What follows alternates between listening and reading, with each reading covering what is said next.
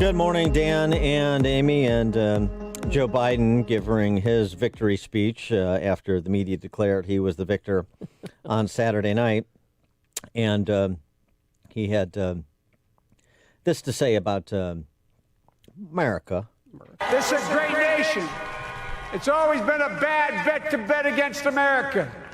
We're good people.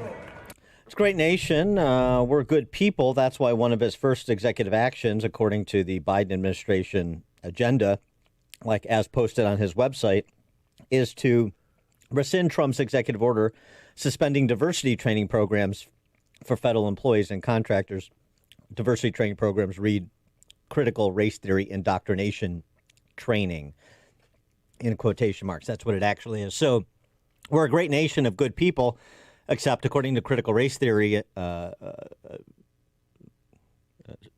critical race theory philosophy, we're a irreparably racist nation full of a majority of racists because we're majority white.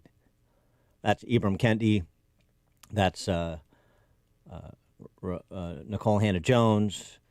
That's, by extension, the New York Times and the Pulitzer Foundation, which advanced the 1619 Project. That's Reparation H.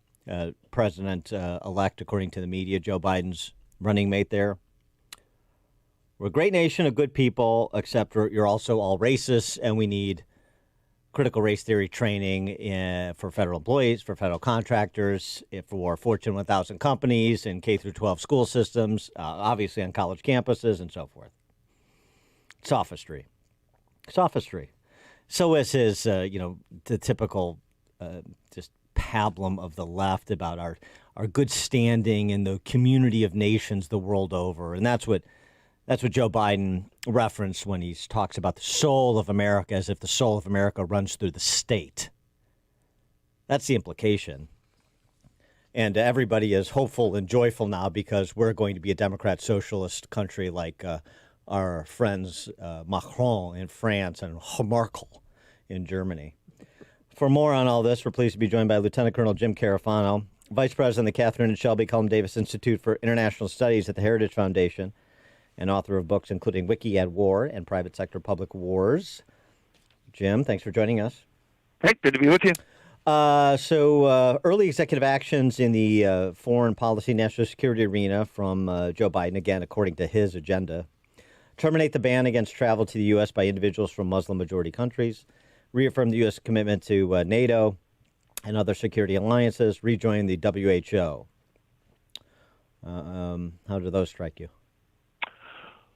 Well, the bans on countries was primarily put in place because those countries lacked the capacity to really appropriately vet people that were traveling to the United States, and they hadn't agreed to make commitments to actually do that. Iraq, for example, was originally on the list of banned countries. It was removed not because everybody stopped being Muslim. It was removed because the Iraqi government put the policies in place that they were only giving passports to people that we could adequately vet to come to the United States. So just a blanket removal of restrictions without a risk assessment of whether that's going to make it easier for terrorists to travel to the United States or transnational criminals or human traffickers or pedophiles or other people, probably not the smartest one to lead with. Mm-hmm. And just on the national security front, too, because border security is national security, and national emergency declaration that allows border wall funding, we're going to leave whatever's been constructed, but we're not going to do anything more. Well, the reality is if you look at the border and where you really needed reinforced walls on the major smuggling routes, that's done. So it's like after you've won the war, declaring that, okay, we're not going to fight the war anymore. I mean, the border will need to be built, will actually be built by the end of this year. Matter of fact, it's already built. But he's not going to tear it down, is he? Well, I don't know. Is a symbolic gesture? Well, first of all, look, we should be really clear. I don't know who's going to be president yet. No, I mean, right. Yeah, I mean, this is all decide, hypothetical. so. This is all hypothetical, right? Assuming that Biden is officially declared the victor after all of Trump's legal options have been exhausted and so on and so forth. Yes, this is all that, right? And if AOC and the squad hear what you just said about the border wall, then he will have to tear it down if he's the president. Well, I mean, first of all, you tear it down, it'll actually be expensive. Yeah. And you would reverse everything we've done the last 4 years. I mean, the reality is we really have. I mean, it's not gone to zero, but we really have done a terrific job the last 4 years of really breaking up the flow of illegal immigration in the United States. I mean, we really have a system in place to do that. Now, there's still going to be some because human traffickers make money off of this, and they're going to look for ways to smuggle people across the border. And now what they do is they stuff them in containers and try to run them across. So it wouldn't go to zero, but you'd just be making the challenge of securing the border way harder. And here's the problem. It doesn't matter what you think about immigration. When you empower illegal immigration, you empower criminal cartels, which then take those billions of dollars and they flood you with fentanyl and every other thing, and you're going to lose control of your country. That's just the reality of it. What about the World Health Organization? Do you think that'd be a smart move to join them and fund them, basically? Because we were the number one funder for them. Well, it's kind of a nothing burger because they're not going to reform. They already said that. So I don't know what rejoining gets you. And you're still going to have to build alternative public health solutions so you can actually operationalize good international public health policy to deal with pandemics, because the WHO can't do that. So you have to do it anyway. So again, I think you're just giving money away to people that are actually helping China. That wouldn't make a lot of sense to me. So, I mean, do you see much daylight between what a Biden administration might mean in the international arena as compared to what an Obama-Biden administration meant, a decade ago? Well, again, not knowing who the president's going to be, we'll talk about the difference between the Republican and the Democratic Party on foreign national security policy. Each party has its isolationists and its internationalists and all that stuff. But the Democratic Party, you essentially have a coalition party. There are two wings to the party. There's a wing of the party that would look kind of just like the Obama administration, and we know that has lots of issues and problems because we watched it unfold over 8 years. It wasn't good foreign policy. It's just a fact.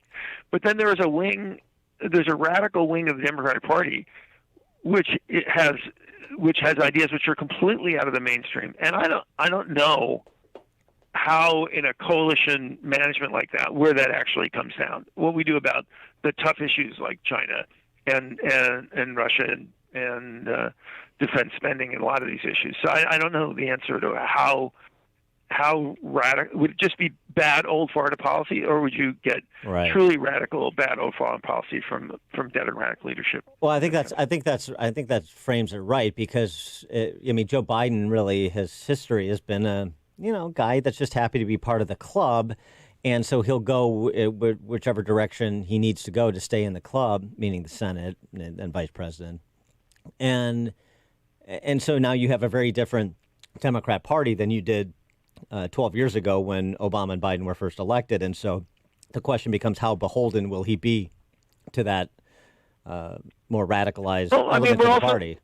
We're also in a different world. I mean, it's not the world of 4 years ago, and it is more competitive in the sense that you have a China that you still have to deal with.